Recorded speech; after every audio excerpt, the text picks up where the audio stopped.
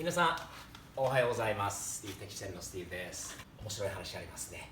以前、クラウン乗ってる時に警察に止められた、話覚えてる方がいると思うんですけど、笑い話で終わったんだけど、昨日またシーマ君でも止められちゃったんですね。めったに止められないよ。スティーブは本当にもう警察に止められることはめったにないんだけど、以前と同じくおまわりさんが左の方からこう乗ってくるんだけど、誰もいないってそこにと気づいたら、なんだこれあってまた彼がびっくりして、私も笑い出して、実は先日同じようなことがありましたよって言ったら、2人の、笑い話になったんですね。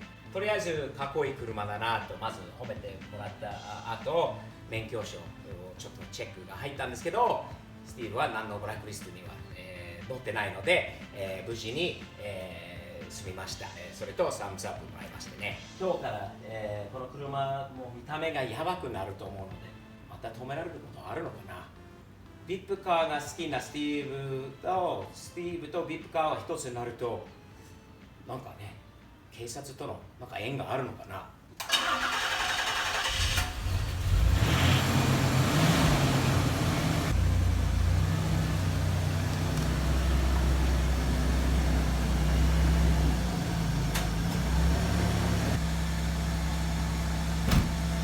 この間なんだこれはっていうところがあったでしょう。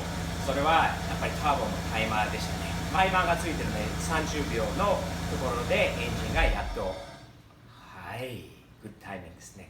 それと今日初めて気づいたこともありますね。日本の匂いとかアメリカの匂いとかってあるんですよね。この車またね、日本の匂いもあった。以前この間言ったんだけど、タバコの匂いがすごいあった。ペパーミントというかメンソールというか、タバコのメンソールじゃない強烈な匂いがある。ドア閉めても、車からちょっと離れてもその匂いがあるね。ちょっとポッピーの方が何百倍のね匂いがいいんだけど、ちょっとこれ強烈な変わった匂いの原因、もっとちょっと調べたいなと思います。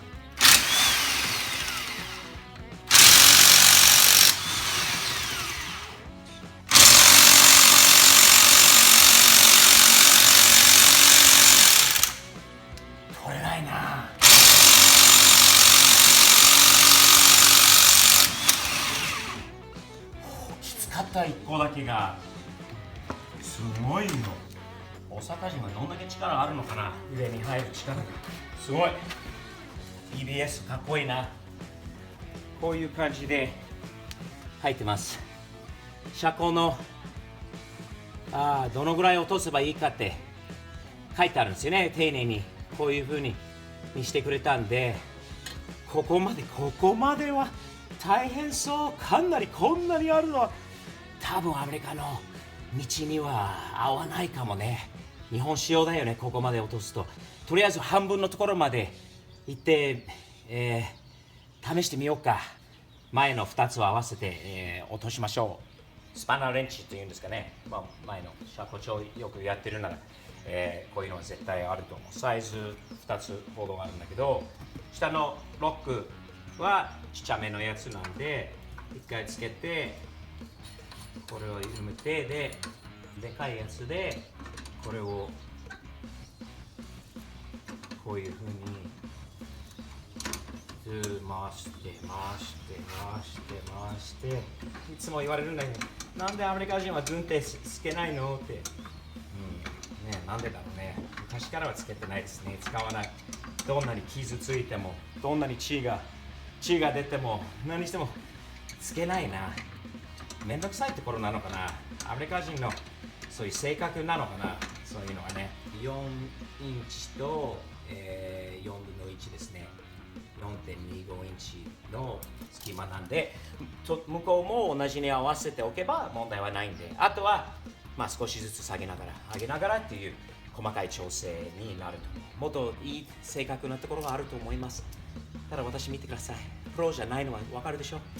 見てすぐ分かると思うんだけど、でも楽しく何でも自分で試してみたい。最終的に自分でできないことがあったら、プロに任せる。でもちょっとやってみないとできるかできないかできたのにっていうのを後で言うのが嫌だから、とりあえずやってみようっていうポイントですね。忘れずにね、頑張ってやってみよう。 DIY Do It Yourself。まだ仮設定まだ固定させてないんですけど、まあちょっと上から下ろしてバックして前に来て 2,3 回をこう前のサスにこう負担がちょっとかかるように、しておいた結果はここまで下がりましたね。さっきと全然違う。日本仕様まではいかないんだけど、アメリカ仕様、特に明日のイベントに、の登場にはこれでいこうかな。これ以上落とすとちょっと心配だな。車高調というのはサスは何でもそうなのに、時間経つと少しやっぱり下がってくる。これより気持ち下がってくるんだろうと思うので、とりあえずこんな感じにしておこうか。あと後ろの方、の車高を落としましょう。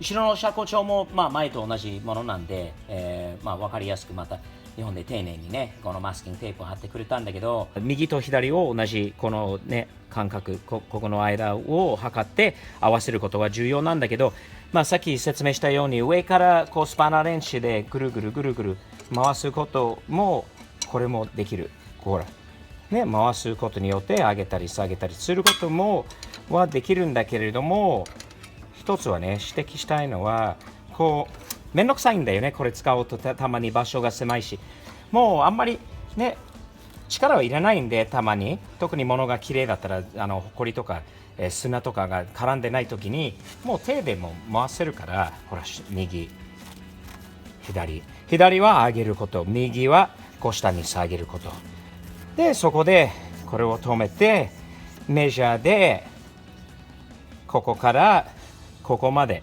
測っておけば、で右と左を合わせて同じにしておいて、これを今度止めておいてホイールまたつけるとバッチリですね。かっこいい。まだまだ落とせると分かってるよ。もうおっさんだよ。おっさんの YouTuber にはこれは十分じゃないかと。昨日と比べて全然いい感じじゃないでしょうか。ほらいい感じだよ。俺が好き、それが一番。自分が好きならいいんじゃないか。分かってるよ。純正ほどに乗れないよと分かってる。言わなくていいから言いたい人がいるんだろうと思うんだけど、言う必要はない。分かってる。見た目だよ。これは多少悪くなっても乗り心地が関係ないよね。見た目、このスタイル、このぐらいの低さ、このホイール、このタイヤ、この島が好き。かっこいい。だからこういうことするんだよね。純正の、俺も純正そのまま乗る車いっぱいあるよ。ほら全く純正のマツダ CX5、 これも乗ってますよ。ノーマルで全く何もいじってないです。いじるつもりもないし、いじりたいと思わない。そのままノーマルでもう完璧に走るんだけど、やっぱりこういう車乗ると自分のスタイル、自分の好むこういう感じですよね。いいな。これはもうサムズアップ。今日の仕事、車高調は難しくないよ。自分でやってみてください。一回やってみたらどうですか。失敗したらまたプロに任せればいいんじゃないかという考え方もある。とりあえずやってみて楽しいよ。それと結果やっぱりね、笑顔になるのとサムズアップになるのと、明日イベントにこれ乗り出すと気持ちいいよね。チャンネル登録してますか？お願いします。いいねも入れてくださいね。それといつもサムズアップです。じゃあね。